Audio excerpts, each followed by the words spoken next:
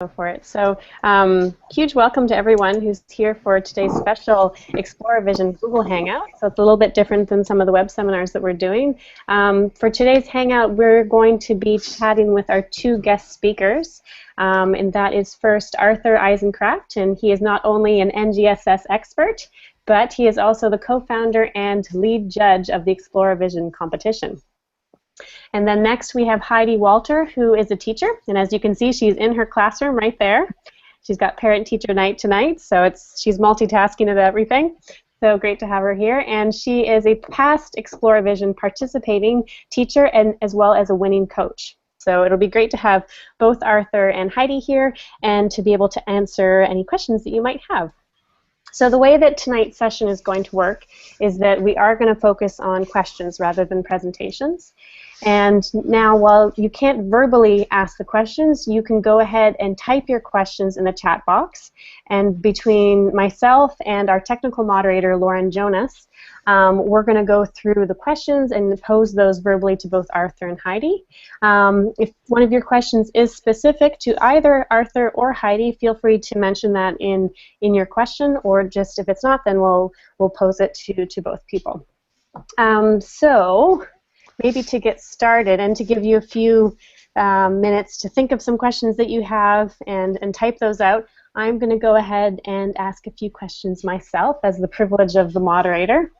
So first off, we're going to start with a question for Arthur. So Arthur, could you maybe tell us a little bit more about what NGSS is overall and why it's important? So in one respect, NGSS is nothing new. We've been trying for the past, since 1994, actually, to try to see, is there any agreement on what students should learn K through 12 in science? And so in 1996, the National Science Education Standards came out and the benchmarks for science literacy came out. And that was the first attempt to say, this is what all students should know in all grades. Since then, we had the National Assessment for Educational Progress, the nation's report card. They came out with their standards that they'll test on. The College Board came out with College Board standards for science success. And since it's almost been 20 years, the National Academy of Sciences, who led the effort with the National Science Education Standards, said, let's look at this again. And after 2 or 3 years' effort by a whole bunch of people, what they did is they came up with the framework for K through 12 science education. And the framework had different features than the past National Science Education Standards. It said that we should no longer just focus on disciplinary core ideas. And instead of saying we should focus on inquiry, they took some time to elaborate on what inquiry means. So they said inquiry should be asking questions and planning investigations, and we should be obtaining, evaluating, and communicating information. We should do claims and evidence. And then, in addition to the disciplinary core idea and these science and engineering practices, which we used to call inquiry, what we should also do is talk about the cross-cutting concepts of science. All sciences. So science always looks for patterns here and there. What's the pattern? How do we understand things? Science always expects cause and effect. It deals with different scales. It deals with change and stability. Now, the framework, again, said what we should be doing in our instruction is not in September teaching the disciplinary core ideas, in October teaching these practices, and in November teaching the cross-cutting concepts. But every lesson we do should have those 3 components woven together. So here comes the Next Generation Science Standards. They take the framework, because that's the core document, and they said, okay, how are we going to test students? What would performance expectations be for students? And they said, well, we know we have to have, for every disciplinary core idea, we have to have 1 science and engineering practice, and we have to have 1 cross-cutting concept. And they said, we'll give you examples. So they took a disciplinary core idea, they matched it with a cross-cutting concept, they matched with a science engineering practice and said, here's a question which we could ask as a performance expectation. And they did that grades K through 12, and they did it in every discipline, and that's the next generation science standards. So it's a way to look at what we should be asking our students to do, but also a philosophy of teaching which comes from the framework and is the best thinking at the moment of what science education should be like. Did that, for people, ask questions, because I can keep talking about it, but your questions will help me to elaborate and give you a better sense of what it is you may want to know or where the confusions may lie. Okay, great. Well, maybe as a follow-up question to the kind of more broad look at NGSS, Arthur, could you maybe talk about how Toshiba and NSTA's ExploraVision competition support the goals of NSTA? Okay. So for those of you who are unfamiliar with Toshiba ExploraVisions, what we're asking students to do is, first of all, to identify a technology that exists today. And then and that could be anything as simple as a stopwatch or a pen or a credit card, to satellites or kidney dialysis machines or whatever. Just choose a technology, your iPad, whatever. And then tell us how it works. Tell us how it came to be. What's the history of this? That's the easy part. Everybody can do it. Every child in America can do that. They can look at a technology, they can go on the internet or go to an encyclopedia and learn the history of it and learn how it works. But then we say, okay, how is that technology going to be different 20 years from now? And here you can, when I try to think of 20 years from now, I can feel how difficult that is. But here's the chance for students to be creative. Here's the chance for students to say, this is my idea. And so students in teams come up with their idea of what this technology will be like 20 years from now. What they then do is they then have to ground that technology in reality. So we don't want things that are 2 years away, or you could have today, and we also don't want things that are 200 years away. And so we say to the students, okay, what breakthroughs are necessary in science or technology or engineering to make your technology of 20 years a reality? So then the students, we ask them to also recognize that although their technology is probably wonderful, that all technologies have positive and negative consequences. So we certainly all like our cell phones, but when we're at a quiet dinner or in the middle of the movies, we would rather not hear somebody's cell phone ring. So every technology has positive and negative consequences. And so we ask students to identify those positive and negative consequences. Then we want the students to be able to communicate the idea of their technology. And so we ask them to create a communication vehicle, some web page that say, how would your technology work? So the ExploraVision competition has been doing that, and students across the country in grades K through 3 and 4 through 6 and 7 through 9 and 10 through 12 have been dreaming of technologies 20 years from now for the last 23 years. And we've seen some absolutely amazing results. Heidi's students were just off the charts. And other teachers, the same kind of thing. As our understanding of teaching and learning evolves, the NSTA and Toshiba have morphed the competition so that it can support the framework and NGSS. So one of the big changes in the framework in NGSS is that we are asking teachers to not only teach science, but also to expose their students to engineering. That's because we know more students will become engineers than will become bench scientists. So certainly we want students to do it. Well, first of all, how do you expose students to engineering? Well, the ExploraVision is one way to do that. and you're identifying technologies. You're saying what kind of problems can these technologies solve, which is one of the scientific and engineering practices.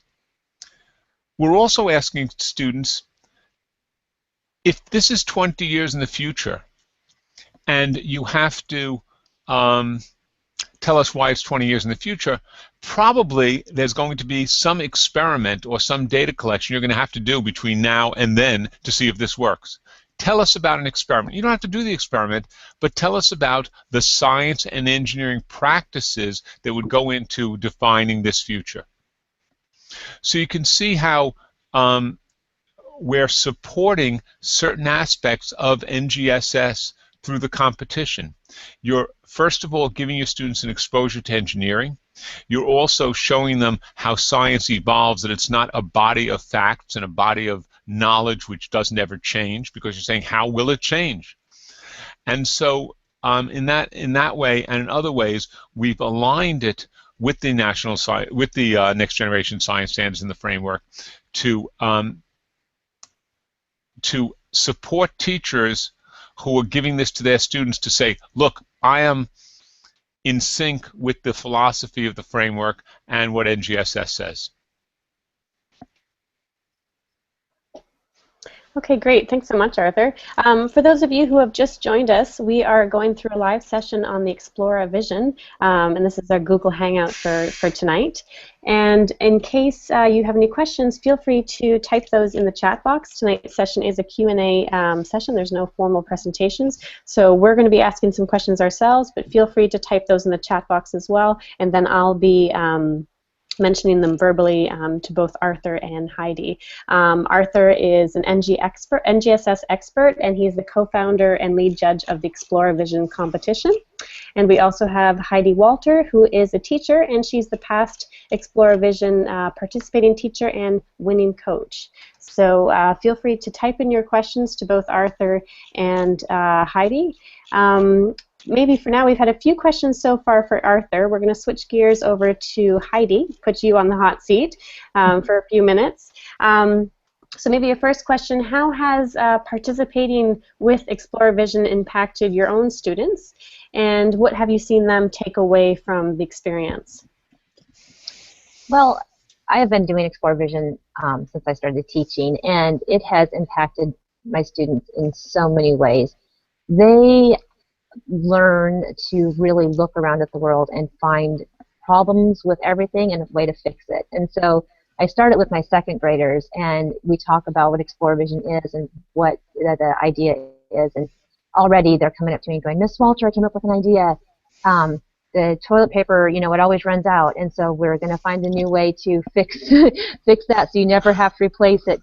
And they're always looking at, instead of just walking through the world and living in it, they're observing and they're looking for ways to change it. And I think that's such a great thing for them to learn so young, and they're going to carry that through. I still have fifth graders who, you know, Mrs. Walter, if we can do ExploraVision, I want to do this because I saw this and it was a problem and I found a way to fix it. And it changes the way they think about everything. They've become real problem solvers instead of just participants in life, and I just love that. They learn so much through the process. You know, research with second graders is not easy. And you know, the category K through 3, anybody that takes that on is brave, but it's such a great thing to take those young kids and say, let's look at what the history behind the car is. Let's look at, you know, the history of the airplane, or in my case, let's look at the history of automobiles and how have they changed and what hasn't changed about them. And they learn that, and then the great thing about ExploraVision is there's no restrictions because of economic status. One of the things I love most about this contest is that everybody's on a level playing field, and so students across the competition have the same resources. We can all research through the internet or through books, and then when we do have to build the websites, we don't have to build them on the computer, because some schools and some kids don't have that access. And so when we do them on paper and we submit them, and that just gives everyone the same opportunity, and kids aren't afraid to let their imaginations fly because they don't have to really build it. You know, it's just what they can come up with and what problems they can solve with that creativity. I just think that is so amazing. So really, it's changed the way I teach. It's changed everything about the students who come to my classroom. They love looking at life and finding problems everywhere. And there's a lot of problems out there. Okay, great. Would it be okay if I asked Heidi a question? Yeah, please do. You know, I think that what happens is a lot of teachers, they look at the winners, you're a winner, they look at the winning entries, and they say, you know, no, none of my students will be able to come up with ideas. I don't know where the ideas come from. Is there a list of ideas I can give them? Or so, how do you get the students to come up with these ideas? Well, it's it's always interesting, but really we spend a lot of time talking about the problems that they see, you know, and with the younger ages, it takes a lot of prompting, you know. On your way to school today, was there a problem? You know, yeah, my mom, you know, the school bus went through the red light, and my mom had to slam on the brakes, and she spilled her coffee, you know, and so their world was much smaller, but we just talk about the problems, and then we talk about, well, how could technology help that? You know, what could have been there to help you not be in that situation? And so we really start with them just in their daily lives, but then through much conversation, we start talking about, okay, now all of a sudden in Texas we have Ebola. You know, what problems is that going to bring for us? And, you know, they are so smart. And if you give them the opportunity to solve a problem, they will. And so we start very small with my smaller groups because that's what their world is. But as we slowly have conversations, they really start to see that there's a lot of problems out there. And they find them, and they find solutions because they aren't held back by anything. You know, I never say it's a bad idea. I just ask a lot of questions, and we get there. So that's fantastic. I'm just so impressed because the question before, what does the NGSS have to do with ExploraVision? So the first science and engineering practice in NGSS and the framework is asking questions in science and defining problems in engineering. And so instead of saying, look, we have to come up with technologies and how to make them better, you're saying, is there a problem? Which is what engineers do. Is there a problem? They're saying, yeah, there are lots of problems. You know, the kids are at the water fountain. I can't get my water. They're there ahead of time. Or, oh, no, Ebola now. We don't know how to do this. And you're saying, okay. And then that next question is so interesting. Is there a technological solution to that problem? Because there are some problems where there aren't technological solutions. Right. You know, nobody likes me. I mean, that's, you know, well, I don't know, buy nicer clothes. I mean, you know, but those are two wonderful ways to begin to have that discussion of, did anything happen today or yesterday, or a problem? Were you frustrated by something? And then, is there a technological solution? I just love it. Thank you, Heidi. Yeah, yeah. Cool. It's such a simple process for the kids. You know, it's fun to have those discussions. So. Yeah. Great. And maybe in terms of some teachers who've maybe not been involved in the ExploraVision competition before, do you need to be a science teacher to be involved? Do you need to be a science expert? Do you know, what kind of is there a particular profile that you need to be involved in the competition? You know, that's the great thing about ExploraVision, is that it is completely open. I unfortunately didn't have a great science education growing up, so I was always afraid of science. And as a teacher, when I first came across ExploraVision, I thought, well, it sounds interesting, and I'm going to try it, but I was really nervous. And I have no expertise in science. I just have the passion to help kids learn, and that's all it takes in this competition, is a desire to let the kids have the freedom to do what they want to explore and to guide them along the way. And so, no, there's no expert levels needed. You don't have to be a science-specific teacher. Fortunately, lots of schools have those teachers that are just science content, and that's great. But for schools that don't, any teacher can do ExploraVision. I also a great way for a teacher in a classroom to differentiate her education. If she's got some students who are high above the class, for that teacher to say, okay, here's this competition, I want you to run with it. You know, those kids can really get into solving some great problems just by having the opportunity to do it. And so I would encourage anybody that's interested to get their feet wet in it and experiment, because the support you have through ExploraVision and Toshiba is amazing, and you can't fail. Okay, great. So you've heard it here. It's for everybody. So get on it, join the competition. You don't have to be an expert, just enthusiasm to join and learn something new. So that's great to see. Maybe we'll switch over back to Arthur, and kind of along those lines. So you don't need to be an expert, and you don't need to be necessarily working directly in science, but what if you are not actually working, or your school isn't in an NGSS state? Can you still participate in ExploraVision?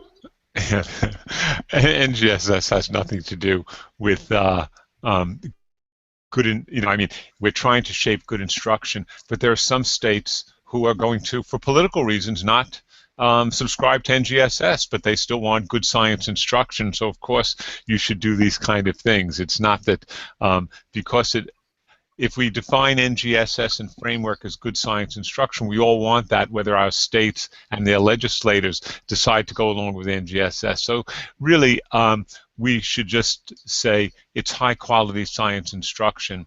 What I think is very interesting, why should you enter? Well, first of all, it allows the students to expand their curriculum, to do something they're interested in, to be engaged.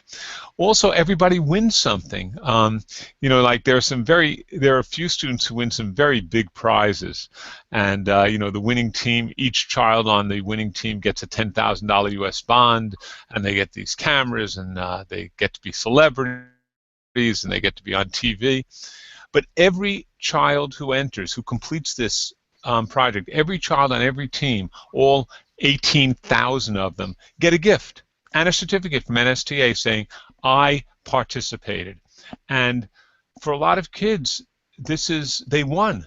They won something, and they're proud about something they won, whether they're in elementary school or in high school. We have high school kids who just say, wow, I got this thing. Sometimes a whole class enters the competition, and the prize that they all get is maybe some kind of a USB drive or whatever, or some kind of logo or whatever, and then they take a class picture and they're all holding up whatever they won, and they're feeling so good about themselves and so good about school, and that's what we want. So there's just a lot of encouragement, and it's seeing what other students do and what other kids come up with, and communicating with one another the ideas. So there's a lot of fun, and then of course there's the question of being a part of the future. One of the things that happens when we read these entries is a lot of students, when they talk about their vision of the technology of the future, when we ask them what breakthroughs are required, some students say, well, the scientists will have to do this, the engineers will have to do this, the scientists will do this, a lab will have to do this, and other students say, well, we will do this, we will do that, we will do these experiments. And so for those students, they're seeing themselves as part of this future, that the future isn't happening to them, they are creating the future. And so that's something which you don't always get as you teach the curriculum in science. So I think it's just a very exciting opportunity for kids to do something and to think out of the box. And no idea is too crazy because it's 20 years in the future. Well, some ideas are too crazy; they don't win. But for the most part, the students are enjoying themselves and doing something which nobody has thought of before, and that's very exciting.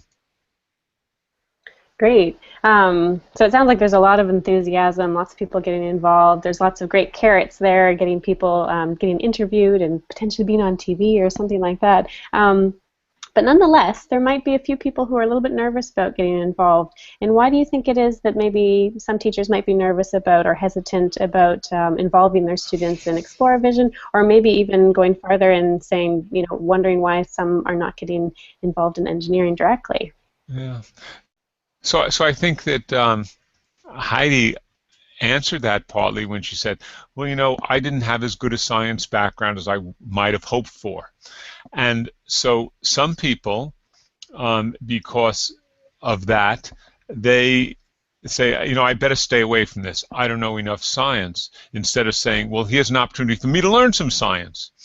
And I think that there are a whole bunch of teachers who are afraid that their students will come up with an idea like, well, we want to do a new satellite communication, and the teacher is saying, I don't know how satellite communications work. How will I be able to help them? My students will end up finding out I don't know. And so they don't want to put themselves in that position of not knowing everything, because they see science as a body of facts as opposed to the kind of questions you can ask. And so I think we have to, first of all, begin to understand that it's okay if we don't know. And we can say to students, you know, we don't know that, I don't know that, how can we find out? And lots of teams, all teams go to the internet and do some research and look up things. A lot of teams find a scientist who's working on this kind of thing, or a local engineer, and they say, can you help? You know, every team has the ability to have a mentor or some kind of consultant. So there are engineers in every town across America. And if somebody said, you know, we're trying to do this, we don't really know enough, could you help us? And these adults would be thrilled to help them. And if you don't find them in the local community, then you just write to somebody at a company or whatever, and people help each other. We've had very, very famous scientists come to the ExploraVision award ceremony because they helped the team. And they were thrilled that kids were interested in the same thing they were interested in, and that they could help be involved in science education at that level. So that's the first question. The first problem, I think, is that some teachers are intimidated by the science themselves and are not willing to say, we can do this together. The other side of that is that there are some teachers who don't have confidence in their students. And so they look and they say, oh, my students couldn't do that. Oh, no, my students don't have any ideas. Oh, no, my students don't do that.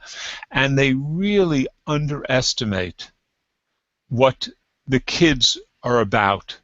They somehow underestimate what kids are able to do, what they're interested in, and you know, it just, I mean, I can't tell you all of the different kinds of inventions and, you know, like little things, as Heidi was saying, you know, what's a problem you have? So we had one kid a while ago, one team said, you know, it really bothers us that when I'm listening to music, there's a high school kids, when we're listening to music, the windshield wipers are going to a different beat than the music. Maybe we could change that. It's like, what a great problem. We had, I love this. This was, I think they were second graders many years ago who developed the refrigerator of the future. And this refrigerator didn't have doors. It had like compartments that the food, but it kept track of all the food that was in the refrigerator. It could tell you if you wanted to make something, what you could make from the food in the refrigerator, what you could cook. And then to get anything from the refrigerator, you have to type in your name. I type in author, and I'd say, I want a cupcake. And then the refrigerator would say, wouldn't you rather have a carrot? And so it was just, oh my goodness. And then for the negative consequences, we knew the positive consequences, people, healthier food, this and that. The negative consequences, the kid said, well, with all the displays on the door, you couldn't hang up your artwork or your report cards on the refrigerator door. It was such a second grade look at the world that was wonderful. And the second graders can do that, and the 11th graders can do it. And so this other issue of let your students run with it. Let them be exposed to it. So I think teachers have to try not to be intimidated, try to be willing to say there's help out there for all of us, engineers, scientists, internet. And the other one is, oh, you can do this, and I won't give up on you. I'll help you and you can do it. And I think that those are the two major issues that keep people from having their students enter. Okay, great, thanks. So for those of you out there, know that there is a lot of support out there, and even if it isn't directly in your school, there's a huge community, especially in NSTA, that's there to help out.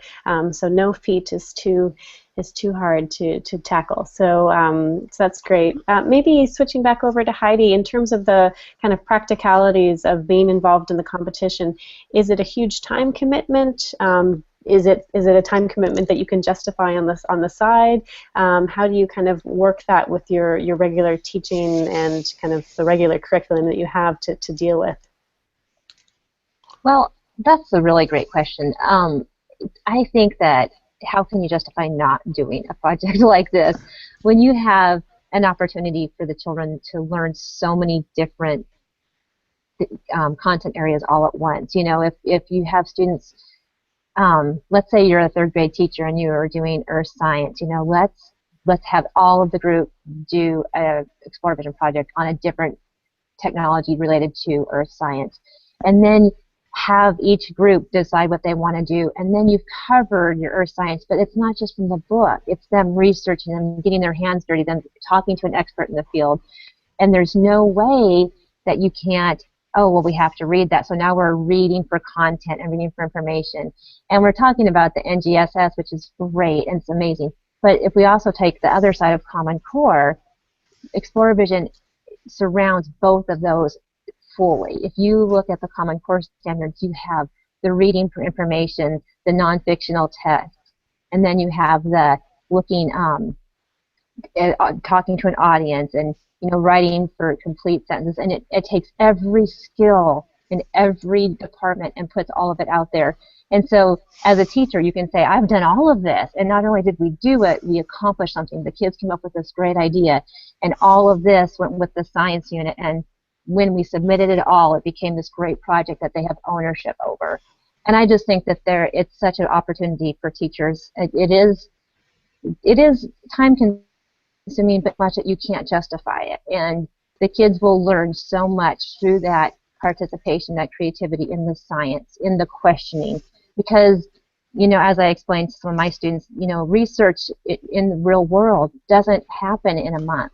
You don't have these great breakthroughs in the medical field in a month, or from a textbook and the 3 questions at the end of the chapter. It takes years of looking at material and researching and asking questions and going back and testing it, like ExploraVision asked the kids to do. How would you do that experiment? And when the kids are looking at things, they really learn. And that's what we want from our kids, is to them to have a full understanding of the science concept. And through this contest and through all of the things they have to do through that, they learn writing, and they learn research, and they learn communication. And the art is challenging for some of us through the web pages. And so you can even tie in your art concepts if you need to, if that falls on the classroom teacher. And so it is a large project, but within it you cover so many units. And I just think it's worth every moment of anybody's time to do it. Cool.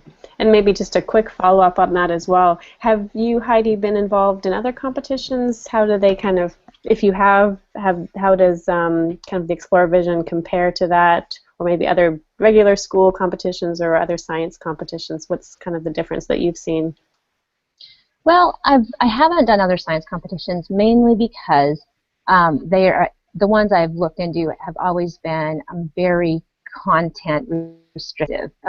They want you to study one thing, or they want you to take one idea and work with that idea. And because I have lots of different students and so many different interests, it never seems to fall within an area that they feel passionate about. And so with ExploraVision, that's one of the things that I love, is that each student can find what they're passionate about and follow that in this project. Also, ExploraVision is the only one I have found that allows me to use it with all of my students. I work with 1st through 5th grade, and there aren't a lot of contests out there for those younger ages. I don't know if they don't think the kids can do it, or if they're a little bit afraid to ask kindergartners to research. But ExploraVision is really the only competition that you can do all the way through K through 12 and really let all the students do it at their level. When I read the the winning prizes or the winning projects from the higher grades, I'm a little bit nervous because I don't understand them. But they are amazing. And I just think it's so neat to have a competition where kindergartners through 12th grade can all do the same components, but at their level. And ExploraVision allows for that to be so integrated into what the kids are capable of doing. And I just think they've done a phenomenal job of building this program to be successful for every student. Like Arthur said, when those kids get those prizes at the end of the year, they are so excited. They come every day. Did we get the prizes from ExploraVision yet? Did we get the prizes? Because even though they didn't win the $10,000 or anything, they feel like they have accomplished a lot when they get that prize, and they can hold it up and then they take it back to the other classroom and where did you get that? I want one, you know. And so they truly feel like they've just been so successful because they've been able to accomplish such a great project. So it's worth it all, and it's the one that I'm passionate about, and the only one I can really use with all of my kids. You know, it's if I could add, it's so you know, Heidi deals with elementary school kids, and you know, as we get to the middle school and high school, certainly there are more demands on content, and we have to cover certain things in class. But those students are also more independent, and they can work at somebody's house after school, and they should be able to do this. And so, in some middle schools, they actually have this as a whole project, as part of the class, as part of something that everybody's going to do. In high school, it's often done as can you get a team together and do it on your own, and I'll just be the teacher and the support as you come in.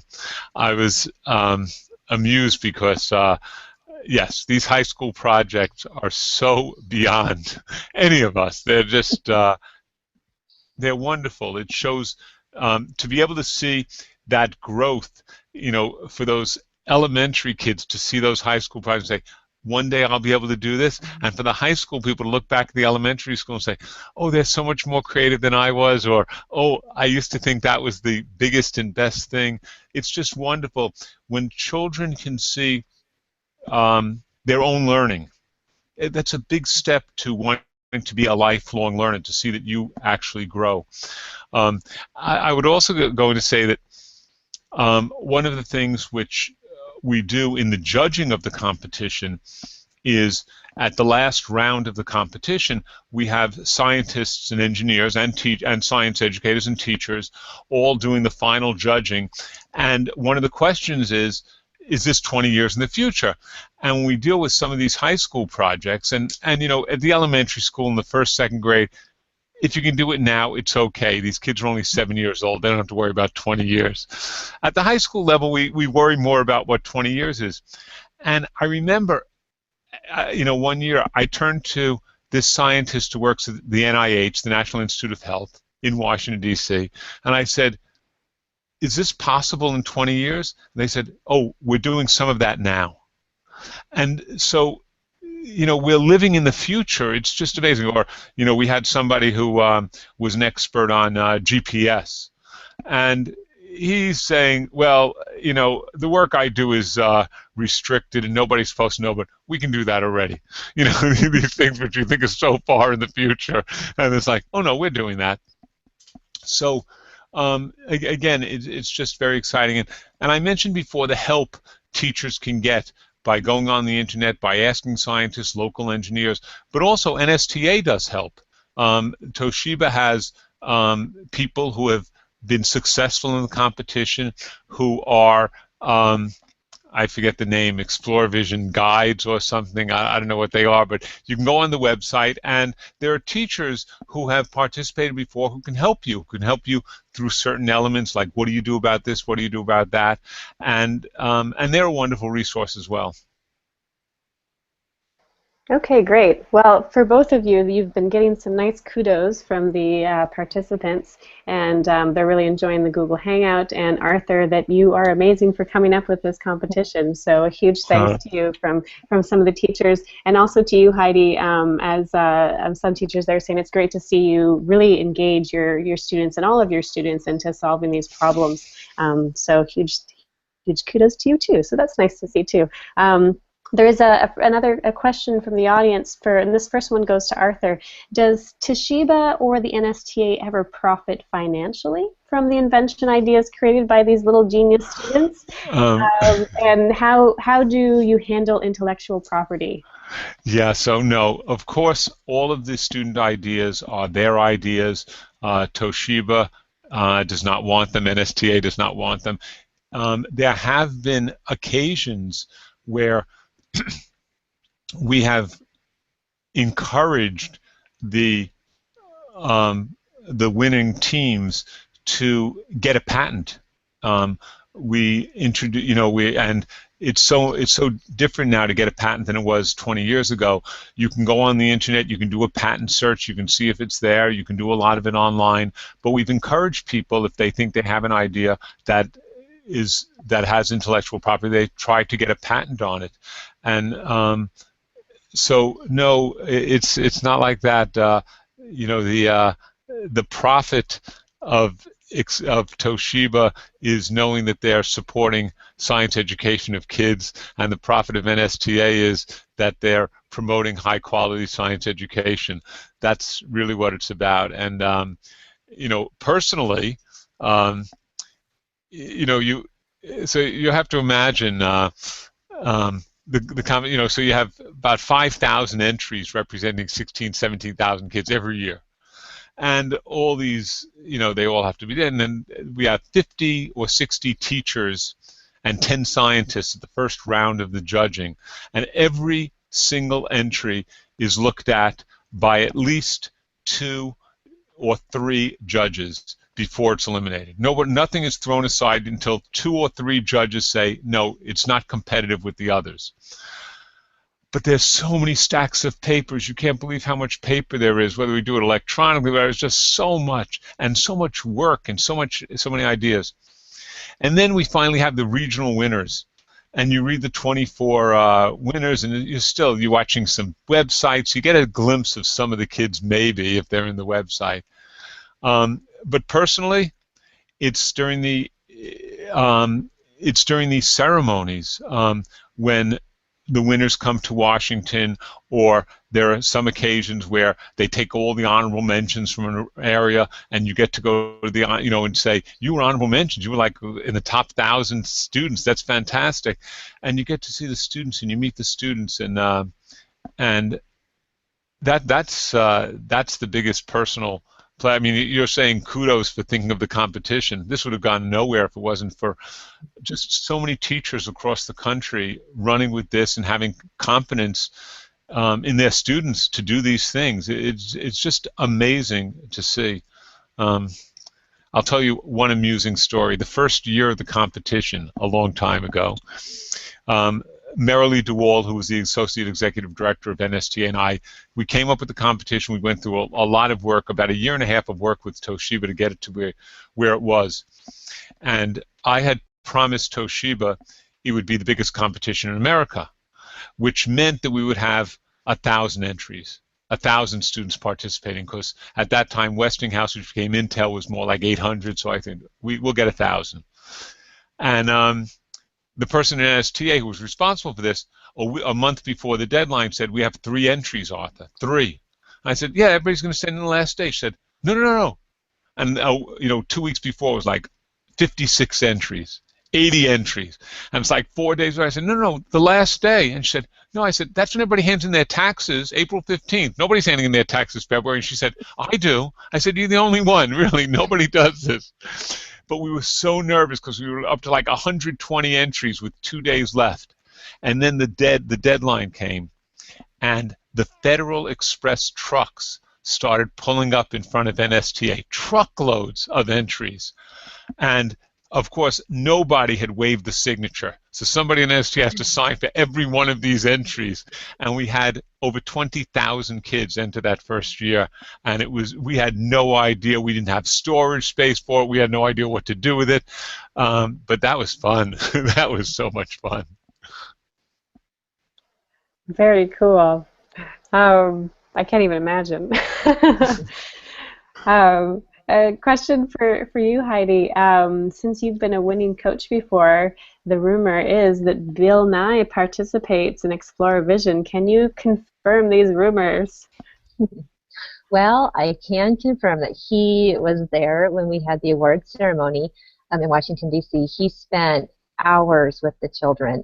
They had live radio broadcasts and live TV broadcasts, and he was there the entire time with the kids, and he was great. And he handled making sure that each interview was focused on the kids' experiment and what the kids have done, and he was phenomenal. And at the award ceremony, he was there with the kids, handing out autographed bobblehead Bill Nyes and and taking pictures of the kids. He's such an inspiration to kids for science, and it's phenomenal to have him part of the ceremony. So yes, he was definitely there last year, and he's a neat man, and but yeah, he was great. I was gonna say Arthur was as big a hit with my students as Bill Nye was, but they loved Arthur just as much. But yeah, Bill Nye is definitely a big draw for these kids.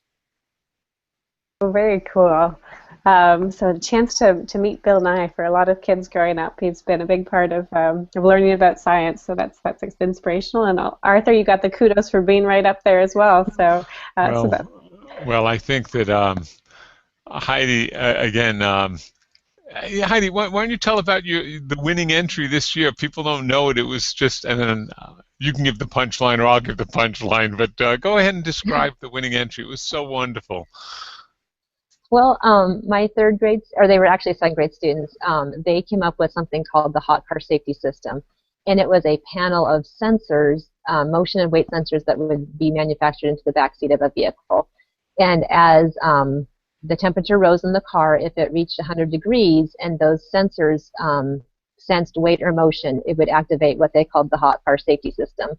And the system had 4 components. The first thing it would do is roll down the windows to start letting some fresh air into the car. And as it did that, it would notify the EMS and the GPS with the computer, or notify the EMS and ambulance and police with the computer's GPS. So automatically it was using that built-in technology to help get the child safe. But then they had, through the process that ExploraVision creates, they came up with a special alarm for their hot car safety system. When ExploraVision asked the children to think about their project, what is your future technology like? And as the kids talked about it, they said, people hear car alarms all the time, and we just can't put a car alarm on our system because people will ignore it. That means nothing anymore. And so they decided that they were going to make a special alarm for their system, but they didn't know what it was going to be. And so they used their breakthrough component of the contest to discover what that was going to be. And on the breakthroughs, the ExploraVision asked the students to come up with an experiment.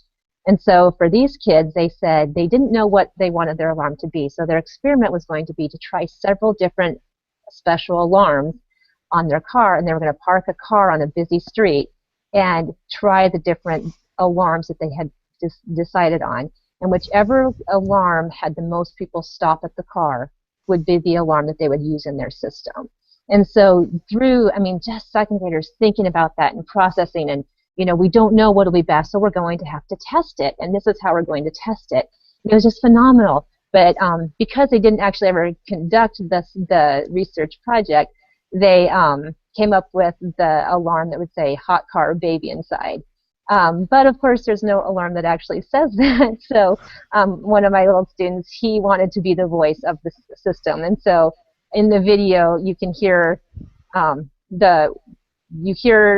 the alarm going off, and this little boy is going, hot car, baby inside, hot car, baby inside, and he just repeats it, and then it shows the windows rolling down and a civilian coming up and saying, it's okay, the police are on the way. And we had great support from the community. We had a police officer come and drive his Camaro up with his lights flashing to show that the EMS and police would respond quickly. And it was phenomenal. But to see the kids work through that process for their system was just great. And so theirs was the national winner, and it was so neat to see them go from talking in my classroom about what was the problem, and their original problem to create that whole project was one of my students had seen a dog in the car at the state capitol that summer, and it was a hot day, and she just felt bad for the dog being in a hot car. And so through that conversation, we talked about, well, sometimes babies get left in cars, and it's accidental, or it's people forget, and sometimes unfortunately kids get locked in, not being left in, but kids are playing in their cars, and we had several deaths this summer, as we all know through the media, and their system would have saved every life if they had had the system in the car. And so it's just amazing to see, and that I would get emails and texts, our system would have saved this, and people on Facebook were reaching out to me, and your kids would have solved this, and it was so neat to see the feedback from everybody. So that was a long answer to your question about their winning idea, but not long enough. I loved it. There were things I had never heard about. So at the award ceremony, imagine these fourth, second graders, and they have to now speak. When they're on TV, they're in a closed studio. They don't know what's going on.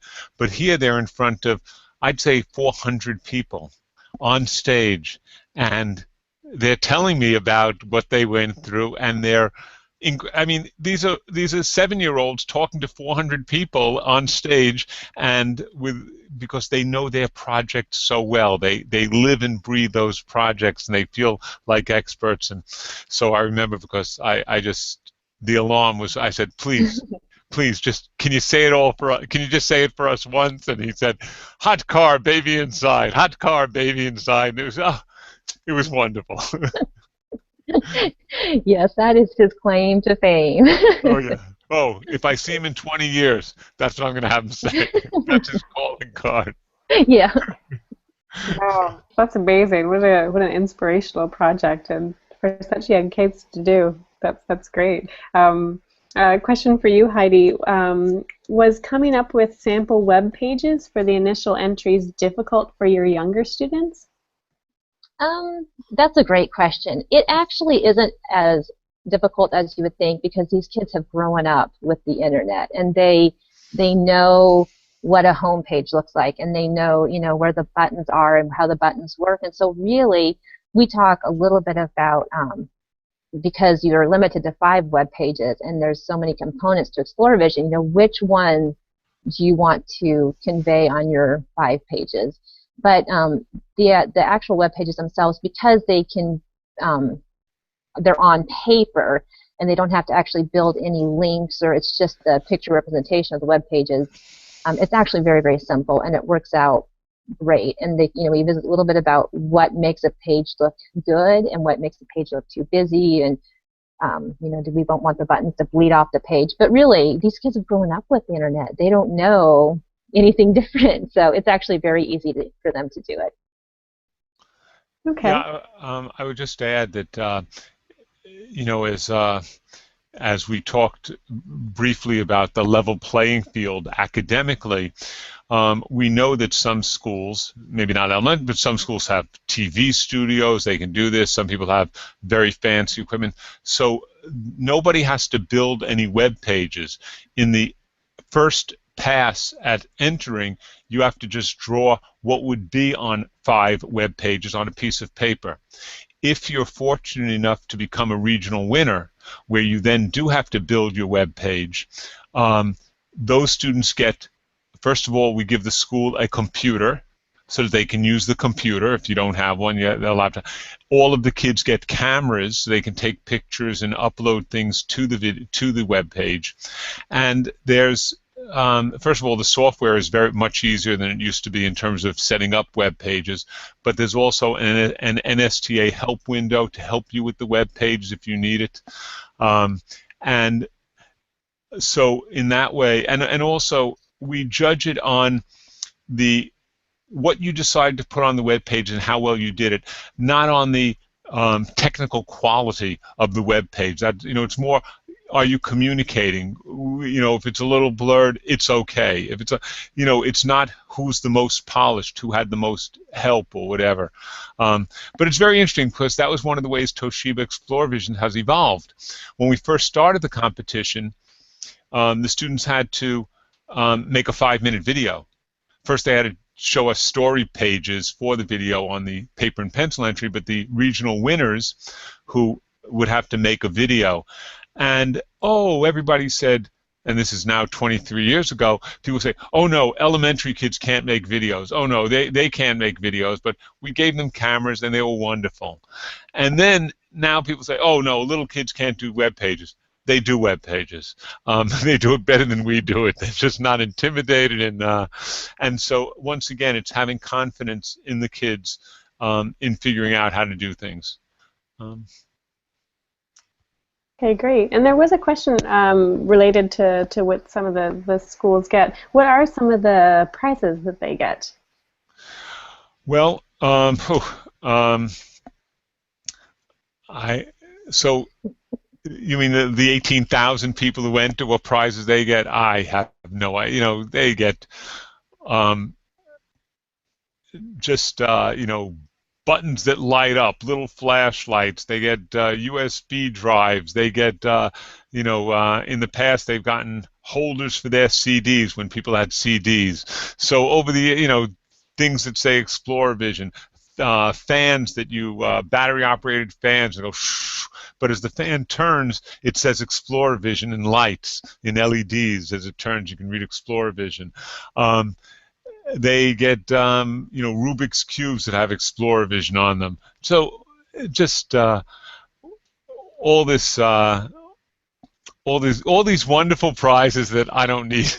You know? And then what happens is, and then of course the regional winners get the cameras, get the laptops, and then the final winners get the big scholarship money and stuff like that. Cool. And now we're conscious of time. We're actually almost at 8:00 p.m. on the East Coast here. So maybe we'll have just a wrap-up question for both of you. So this applies to both. What has been your favorite moment with the ExploraVision competition? And maybe we'll start with Heidi. You know, I've done it since my first year of teaching, and I have so many positive things that have, when you ask my favorite, it's really hard to come up with. But this year, having a group win the national contest, I think walking into the awards ceremony and seeing that my students who just went from, you know, casual conversation to this great project, they were being treated like celebrities, and they had their moment to shine, and I just felt like this is what it's about. This feeling of accomplishment is what we've been going for.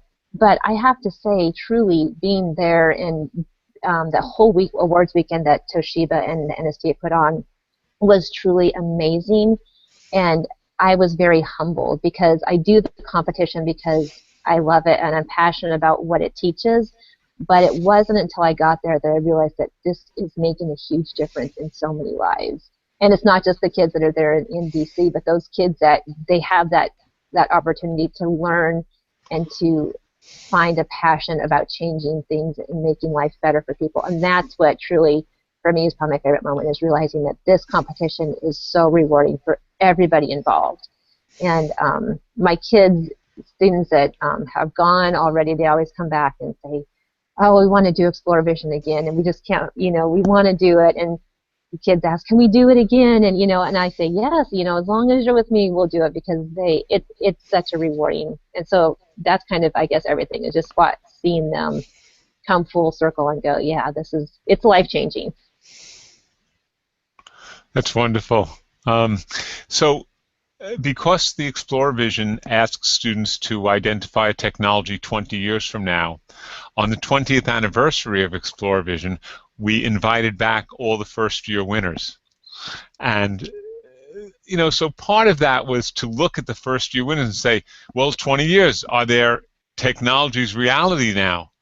And that was fun, but that wasn't moving. What was moving was how each one of them, every one of them, remembered their project. They remembered their teammates. They remembered what they how to do to get through with it. They remembered sharing cookies or making decisions or figuring out who should get their way, and they remembered working as a team, and they remembered it as a very very special part of their life. And these were the 6-year-olds who were now 26 years old, and one of them, I remember, his life has not taken all the right turns, but there was something about having been a part of this competition that still propelled him forward and wanted him to, and caused him to want to help other students. And every year now, because the competition has been going on, we have somebody come back who's a past winner, and they won 10 years ago or 15 years ago, and it's like, well, now I'm a neurosurgeon at this hospital, and here's what I do. But let me tell you what I remember from when I was in the competition. And to see their growth, and again, for them to give us any credit whatsoever for their success, to think that the Toshiba ExploraVision had this tiny bit of impact on them, or what they say is a much bigger impact, that's just incredible. It's in America, you talk about a $5,000 U.S. bond, or a fan that we have enough money in America. We could give every kid in America a $5,000 U.S. bond if that would cause them to excel and to do well in school. But you can't just give them the money. They have to earn it. And that's the difference. We have to find ways for them to earn this recognition, to earn their place, because it just comes back on them and causes them to be better and better. And so that's just, for me, watching the impact and the memories that engaging in a science competition with their friends has on them and their future. That's just remarkable. Great. Well, thank you so much, Arthur and Heidi, for taking the time today to speak with us and answer questions from the teachers here. We are going to wrap up now, but a nice evening to all of you. Thanks again, and good night from NSTA.